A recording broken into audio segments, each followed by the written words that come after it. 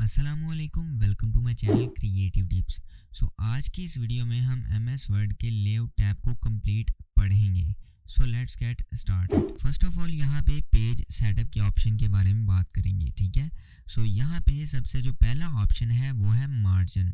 अब मार्जिन क्या है, मैं आपको ये सबसे पहले बता दूं कि जब देखें आप अपने पेज पे टेक्स्ट लिखते हैं तो ऊपर और यहाँ साइड पे थोड़ी सी जगह छोड़ के फिर आगे टेक्स्ट यहाँ पे हमारा लिखा जाता है। ये जो हमारे टेक्स्ट के साइड पे ये खाली जगह है, दैट इज़ कॉल्ड मार्जिन। ये हमारा मार्जिन है, ठीक है। इसको हम बढ़ा सकते हैं, कम कर सकते हैं अपने हिसाब से, इसे हम जितना मर्जी रख सकते हैं। अब मार्जिन के ऊपर क्लिक करें तो यहाँ पे हमारे पास काफ़ी सारे मार्जिन हैं, मॉडरेट, वाइड और यहाँ पे है नैरो। इसके ऊपर क्लिक करें तो आप देख सकते हैं अब यहाँ पे हमारा जो मार्जिन है वो काफ़ी कम हो चुका है। अब दोबारा इसके ऊपर क्लिक करें तो यहाँ पे हमारे पास काफ़ी मॉडरेट और वाइड और इसके अलावा मिरर्ड, ये काफ़ी सारे हमारे पास यहाँ पे मार्जिन हैं। आप कोई भी यूज़ कर सकते हैं। जैसा कि मैं वाइड यहाँ पे अगर मार्जिन रखूँगा तो आप देख सकते हैं अब हमारे साइडों पे काफ़ी ज़्यादा स्पेस खाली आ चुकी है, ठीक है। आप यहाँ पे कोई भी अपनी मर्जी के मुताबिक यहाँ पे मार्जिन यूज़ कर सकते हैं। मैं अभी यहाँ पे क्लिक करके नॉर्मल पे ही रखूँगा, ठीक है। समझाने के लिए मैंने आपको यहाँ पे बता दिया कि आप मार्जिन जो है वो अपनी ज़रूरत के मुताबिक चेंज कर सकते हैं। अब इसके बाद है ओरिएंटेशन। आप अपने पेज की ओरिएंटेशन चेंज कर सकते हैं, ठीक है।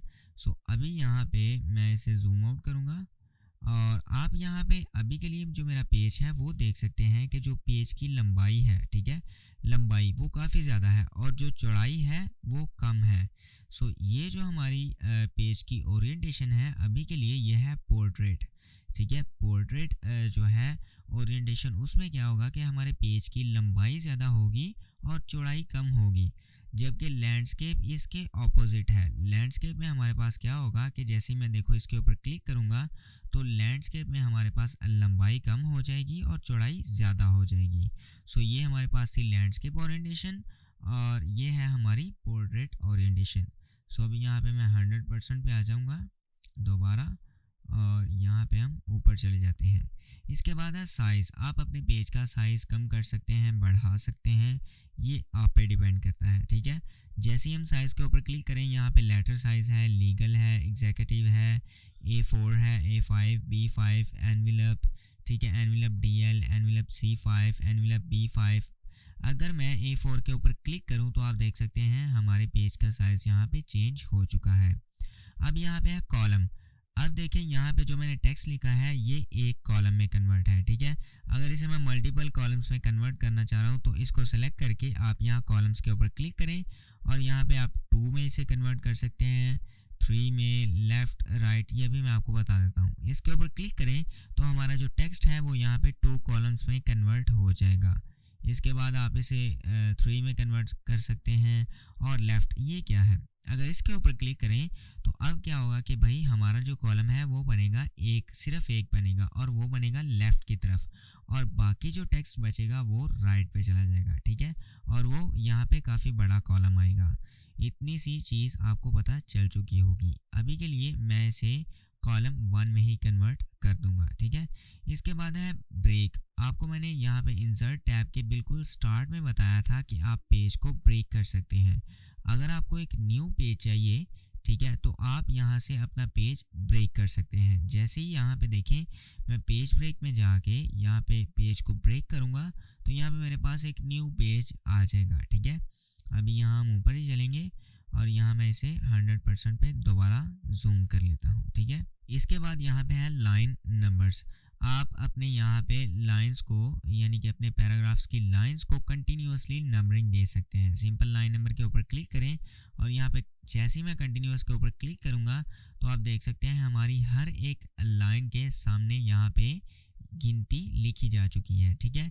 यानी कि आप अपनी लाइंस को कंटिन्यूअसली काउंटिंग्स के ज़रिए यहाँ पे दिखा सकते हैं। अभी जो है यहाँ पे मैं इसको सेलेक्ट करके यहाँ पे जो लाइन नंबर है उसको नन कर दूंगा, ठीक है। अब यहाँ पे है हाइफनेशन। हाइफनेशन आपको शायद पता होगा कि जब देखें हम क्लासेस में पढ़ते थे तो यहाँ पे आपने लिखा एग्जाम्पल पिक्चर, ठीक है। पिक्चर यहाँ पे लिखने लगे तो PIC आपने सिर्फ लिखा और वहाँ पे लाइन ख़त्म हो गई, ठीक है। तो PIC लिख के आगे आप डैश डालते थे और बाकी जो हमारे वर्ड्स थे वो हम दूसरी लाइन में जाके लिखते थे, ठीक है। और जो यहाँ पे हम लाइन डालते थे that is called your hyphen, ये हमारा हाइफन कहलाता है। अब देखिए यहाँ पे अगर मुझे कहीं जगह पे हाइफन की ज़रूरत होगी तो मैं यहाँ पे पैराग्राफ्स को सेलेक्ट करके हाइफनेशन को ऑटोमेटिक पे सेलेक्ट कर दूंगा। अब यहाँ पे तो मेरे हिसाब से हाइफन की इतनी ज़्यादा ज़रूरत नहीं है और यहाँ पे इसीलिए उसने यहाँ पे मुझे हाइफन नहीं लगा के दिया। आप यहाँ पे देख सकते हैं ऑफ इवन के बिल्कुल सेंटर में यहाँ पे हाइफन लगा हुआ है, ठीक है। बाकी और भी कहीं जगह पे हाइफन नहीं है, ठीक है। अभी फिर से मैं दोबारा से इसे जूम आउट कर दूंगा यहाँ पे, ठीक है। सो अभी ऊपर चले जाते हैं। इसके बाद है इंडेंटेशन, ठीक है, पैराग्राफ वाला ऑप्शन। सबसे पहले यहाँ पे इंडेंट पढ़ेंगे, इसे इंडेंटेशन भी कह सकते हैं और इंडेंट भी कह सकते हैं। अभी देखिए अगर मैं ये वाला पैराग्राफ इस तरह से सेलेक्ट करके यहाँ पे लेफ्ट पे आके अगर मैं यहाँ पे वैल्यू को प्लस में लेके जाऊँ, ठीक है, तो यहाँ पे जो मेरा पैराग्राफ है वो लेफ्ट से राइट की तरफ मूव करेगा, ठीक है। और यहाँ पे अभी के लिए मैं 0 एंटर करके हम जो है वो दोबारा ये वाला राइट वाला ऑप्शन देखेंगे। अगर यहाँ पे जाके राइट वाले ऑप्शन में जाके यहाँ पे मैं वैल्यू को प्लस में लेके जाऊँगा तो यहाँ पे क्या होगा कि भाई हमारा जो पैराग्राफ है वो राइट से लेफ्ट की तरफ यहाँ पे मूव करेगा, ठीक है। सो अभी इसे भी 0 करके आगे बात करते हैं स्पेसिंग के बारे में। स्पेसिंग क्या है कि भाई अगर आप यहाँ पैराग्राफ से पहले यानी कि यहाँ पे कोई स्पेस क्रिएट करना चाह रहे हैं तो वो आप कर सकते हैं। जैसा देखिए यहाँ पे आके मैं यहाँ पे पॉइंट्स को प्लस में लेके जाता हूँ तो आप देख सकते हैं यहाँ पे हमारी एक स्पेस क्रिएट हो चुकी है, ठीक है। यानी कि ये जो स्पेसिंग है बिफोर यानी कि पैराग्राफ से पहले अगर कोई आप स्पेस क्रिएट करना चाह रहे हैं तो वो आप कर सकते हैं। अभी मैं यहाँ पे 0 से करूँगा और एंटर कर दूंगा। इसके बाद है कि भाई आप पैराग्राफ के आफ्टर यानी कि पैराग्राफ के बाद अगर कोई स्पेस क्रिएट करना चाह रहे हैं तो वो भी आप कर सकते हैं। अभी देखिए मैं इसको सेलेक्ट करके अगर वैल्यू को प्लस में लेके जाऊंगा तो आप यहाँ पे देखिए पैराग्राफ के आफ्टर यानी कि बाद में यहाँ पे हमारे पास स्पेस क्रिएट हो रही है, ठीक है। सो अभी इसे भी मैं डिफ़ॉल्ट 8 पे सेट कर देता हूँ इस तरह से, ठीक है। अब यहाँ पे आप देख सकते हैं ये position, wrap text, bring forward, bring backward, selection pen, align, group, rotate, इनमें सिर्फ ये वाले 2 ऑप्शन इनेबल हैं, बाकी सारे डिसेबल हैं। क्यों, किस वजह से, ये मैं अभी आपको बताता हूँ। ये जो ऑप्शन है ये ऑप्शन उस वक्त इनेबल होते हैं जब आप यहाँ पे कोई शेप क्रिएट करते हैं या कोई अपना इमेज लेके आते हैं, ठीक है। सो मैं इंसर्ट टैब में यहाँ पे जाके एक शेप क्रिएट कर लेता हूँ। अभी इंसर्ट टैब में जाएंगे और वहाँ पे हम क्रिएट करेंगे शेप। सिंपल इंसर्ट टैब में आ चुके हैं और शेप के ऊपर यहाँ पे क्लिक करेंगे तो यहाँ पे हमारे पास मल्टीपल शेप्स हैं। मैं सिंपल यहाँ से ये वाली रेक्टेंगल ड्रॉ कर लेता हूँ, ठीक है, इस तरह से ड्रॉ कर लेते हैं, ठीक है। अब यहाँ पे हम दोबारा आएंगे लेआउट वाले टैब में, ठीक है। लेआउट वाले टैब में सिंपल हम यहाँ पे आएंगे, यहाँ पे क्लिक करेंगे तो हम लेआउट टैब में दोबारा वापस आ जाएंगे। अब आप देख सकते हैं यहाँ पे हमारे सारे ऑप्शंस इनेबल हैं, ठीक है। अभी ये क्यों नहीं इनेबल हुआ भाई, क्योंकि हमारे पास शेप एक है। हमारा जो ग्रुप होता है वो 2 या 3 शेप्स का होता है, ठीक है। तो अभी यहाँ पे मैं आपको पहले ये वाले ऑप्शंस बता दूँ, फिर बाद में ये मैं ग्रुप वाला ऑप्शन आपको बता दूंगा। अब यहाँ पे है पोजीशन, ठीक है, ये तो हमारी करंट पोजीशन है, ठीक है।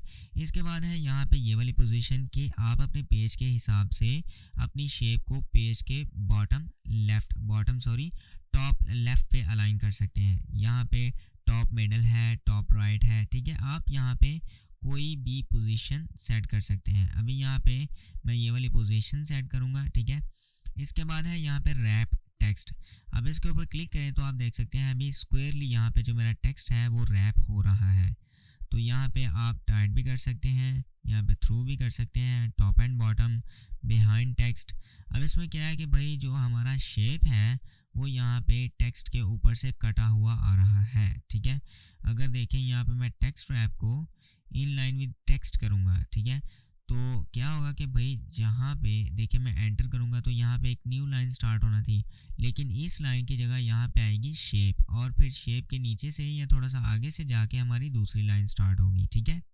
सो अभी इसको मैं दोबारा सेलेक्ट करूँगा और टेक्स्ट रैपिंग को अगर आप यहाँ पे इन फ्रंट ऑफ टेक्स्ट करेंगे तो आप देख सकते हैं शेप तो हमारा भाई यहाँ पे ही घूमेगा, ठीक है, कभी उधर और कभी उधर। अगर हम इसे टेक्स्ट रैप करें, ठीक है, इसे मैं टाइट कर दूंगा, तो आप देख सकते हैं जहाँ पे अब मेरी शेप आएगी वहाँ से मेरा टेक्स्ट कटा हुआ है और वो साइडों पे खुद ब खुद डिवाइड हो चुका है, ठीक है। अब इसके बाद है ब्रिंग फॉरवर्ड और सेंड बैकवर्ड। इसमें मैं क्या करता हूँ कि भाई मैं इसी शेप की एक कॉपी ले लेता हूँ। कॉपी आप कैसे लेंगे मैंने आपको बताया है इंसर्ट टैब की क्लास नंबर 1 में, ठीक है। कंट्रोल होल्ड करके अगर आप माउस को ड्रैग करेंगे तो यहाँ पे एक डुप्लीकेट कॉपी क्रिएट हो जाएगी, ठीक है। आप देख सकते हैं यहाँ पे हमारे पास डुप्लीकेट कॉपी एक आ चुकी है।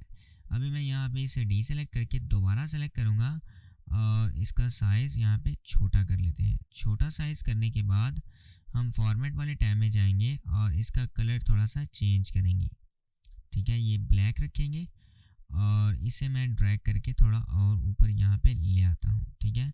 अब दोबारा यहाँ हम लेआउट वाले टैब में चले जाएंगे और यहाँ पे मैं आपको सबसे पहले सेंड बैकवर्ड वाला ऑप्शन बता देता हूँ। इसमें क्या होगा कि अगर भाई ये देखें ये मेरी शेप फ्रंट पे है, अगर मैं इस शेप को ये ब्लू वाली शेप के नीचे भेजना चाह रहा हूँ, बैक पे भेजना चाह रहा हूँ, तो आप इस शेप को सेलेक्ट रख के सेंड बैकवर्ड करेंगे तो ये शेप जो ब्लैक शेप है ये ब्लू शेप के बैक पे चली जाएगी।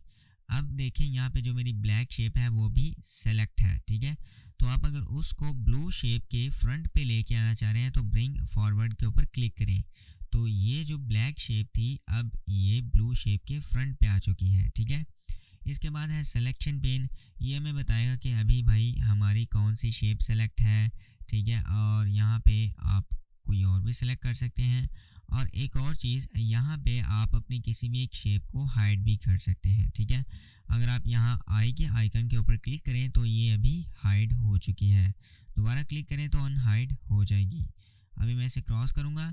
इसके बाद यहाँ पे है अलाइन का ऑप्शन, हम इसे भी पकड़ेंगे और अगर आपने एक से ज़्यादा शेप्स को पकड़ना है, अब देखिए मैंने एक को पकड़ा है, अगर मैं दूसरी को पकड़ूंगा तो पहली तो डीसेलेक्ट हो जाएगी। तो इस सिचुएशन में हम शिफ्ट साथ में प्रेस करते हैं ताकि दोनों हमारी शेप्स जो हैं वो सेलेक्ट हो जाएं। अब यहाँ अलाइन के बारे में बात करते हैं। सबसे पहले है अलाइन लेफ़्ट। इस शेप के अकॉर्डिंगली आप ऊपर वाली शेप को लेफ़्ट की तरफ अलाइन कर सकते हैं, ठीक है। अगर इसके ऊपर क्लिक करें तो आप देखें ये ब्लैक शेप ब्लू शेप के अकॉर्डिंगली लेफ़्ट की तरफ अलाइन हो जाएगी, ठीक है। सो इसके बाद यहाँ पे है अलाइन सेंटर, इसके बाद यहाँ पे अलाइन राइट आप कर सकते हैं। आप कोई भी यहाँ पे अलाइनमेंट यूज़ कर सकते हैं। अगर आपने ब्लैक शेप को ब्लू शेप के बिल्कुल सेंटर में लेके आना है तो यहाँ पे अलाइन सेंटर करें और यहाँ पे आके अलाइन मिडिल करें। आपका जो ब्लैक शेप है वो ब्लू शेप के बिल्कुल सेंटर में आ जाएगा। अब इसके बाद बात करते हैं ग्रुप और रोटेट के बारे में। ये सिंपल से ऑप्शंस हैं। अब देखिए अगर आप दोनों शेप्स, ये आपकी दोनों शेप्स अभी सेलेक्ट हैं, अगर दोनों शेप्स को आप एक ग्रुप में कन्वर्ट करना चाह रहे हैं तो सिंपल यहाँ पे ग्रुप के ऊपर क्लिक करें और यहाँ पे आप इसे ग्रुप कर दें। जैसे ही आप इसे ग्रुप करेंगे तो ये हमारी दोनों शेप्स जो हैं ये ग्रुप में कन्वर्ट हो चुकी हैं। अब देखिए इन दोनों को अगर मैं एक को पकड़ के ड्रैग करूँगा तो ये दोनों शेप्स मेरी यहाँ पे ड्रैग होंगी, ठीक है। अगर आपने इन्हें अनग्रुप करना है तो आप सिंपल ग्रुप के ऊपर दोबारा आएँ और यहाँ पे अनग्रुप के ऊपर क्लिक करें। अब ये हमारी शेप्स जो हैं वो अलग अलग यानी कि अनग्रुप हो चुकी हैं। इसके बाद है यहाँ पे रोटेट। आप अपने शेप को रोटेट कर सकते हैं किसी भी डायरेक्शन में, ठीक है। फ्लिप वर्टिकल कर सकते हैं या हॉरिजॉन्टल कर सकते हैं। ये इतना ज़्यादा यूजेबल नहीं है, ठीक है। अगर आपने अपने शेप को रोटेट करना है तो जब आप अपना शेप सेलेक्ट रखते हैं तो यहाँ पे ऊपर देखें ये एक सर्कल टाइप है, ठीक है। ये वाला सिंबल आपको नज़र आ रहा होगा। यहाँ पे क्लिक करके ड्रैग करें तो आप अपने शेप को किसी भी डायरेक्शन में यहाँ पे रोटेट कर सकते हैं, ठीक है। अभी देखिए मैंने यहाँ पे आके छोड़ा तो मेरा शेप यहाँ पे रोटेट हो चुका है, ठीक है। सो आई होप लेआउट वाला जो कंप्लीट ऑप्शन है यानी कि जो टैब है वो आपको समझ आ चुका होगा। अगर आपको कोई चीज़ समझ नहीं आई तो कमेंट में मेरे से आप पूछ सकते हैं। सो आई होप आपको ये वीडियो काफ़ी ज़्यादा पसंद आई होगी। अगर आपने ये वीडियो पसंद की है तो प्लीज़ लाइक करें, शेयर करें दोस्तों के साथ, और अगर अभी तक आपने सब्सक्राइब नहीं किया तो प्लीज़ सब्सक्राइब करें। Thank you.